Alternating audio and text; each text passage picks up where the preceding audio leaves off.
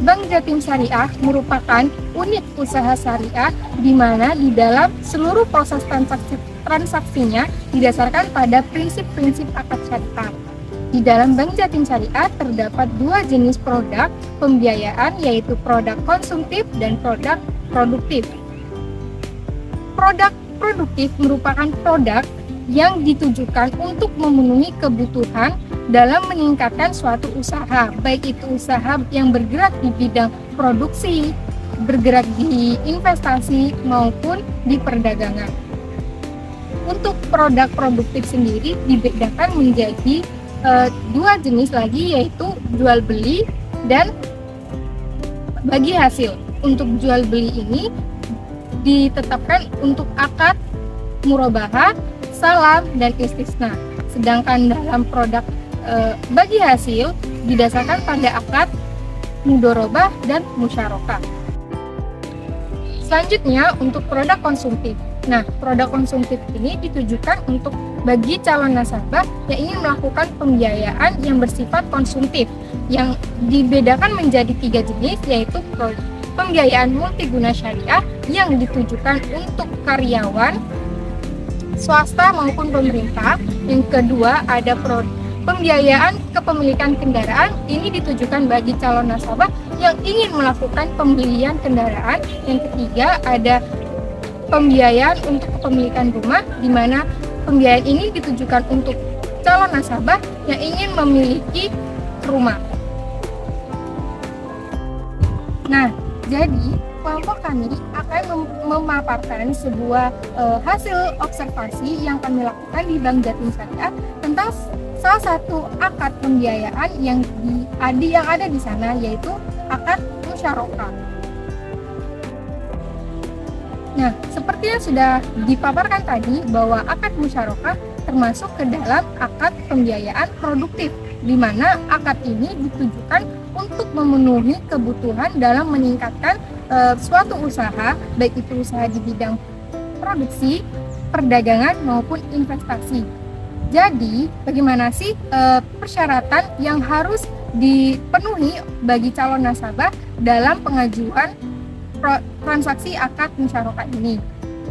Yang pertama yaitu calon nasabah harus memiliki usaha produktif, baik itu usaha pertokoan, UMKM, kontraktor, dan koperasi, dan lain sebagainya. Yang kedua yaitu calon nasabah harus memiliki rekening atau sudah menjadi nasabah tetap di Bank Jatim Syariah.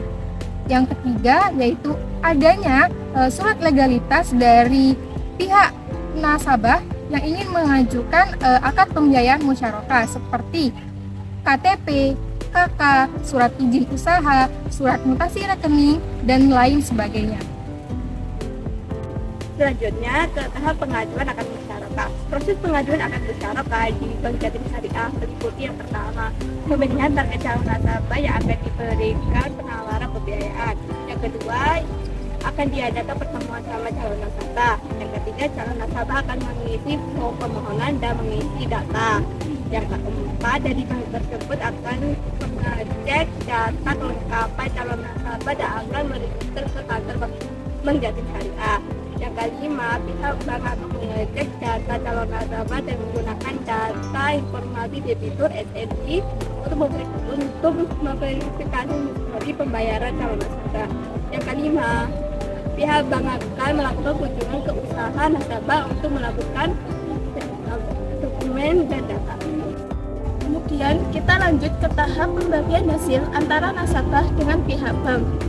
Pada pembiayaan ini, Bank Jatim Syariah memiliki tingkat margin yang sudah ditentukan oleh pihak internal bank itu sendiri. Untuk pembiayaan musyarakah, pembagian hasilnya disesuaikan dengan jenis usaha dari nasabah itu sendiri. Misalnya, terdapat pekerjaan dari seperti kontraktor yang ingin membangun sebuah gedung.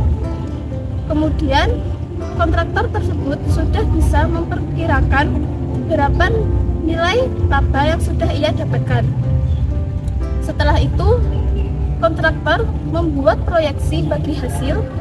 Setelah mendapatkan kontrak bagi hasil, sudah menjadi hak dasar bank menentukan bagi hasil antara bank dengan nasabah itu berapa. Kemudian kita lanjut dengan bagaimana cara menghitung keuntungan margin dengan rumus margin keuntungan sama dengan keuntungan dibagi pembiayaan dikali 100%. Untuk perkembangan pembiayaan akad musyarakah di Bank Jatim Syariah bisa dibilang meningkat karena hal ini disesuaikan dari banyaknya jumlah permohonan yang diajukan oleh para nasabah. Jadi, jika dalam jangka waktu 1 tahun, banyak calon nasabah yang ingin melakukan pembiayaan akad musyarakah, maka proses transaksi atau transaksi yang terjadi di dalam Bank Jatim sendiri untuk akad musyarakah juga akan meningkat.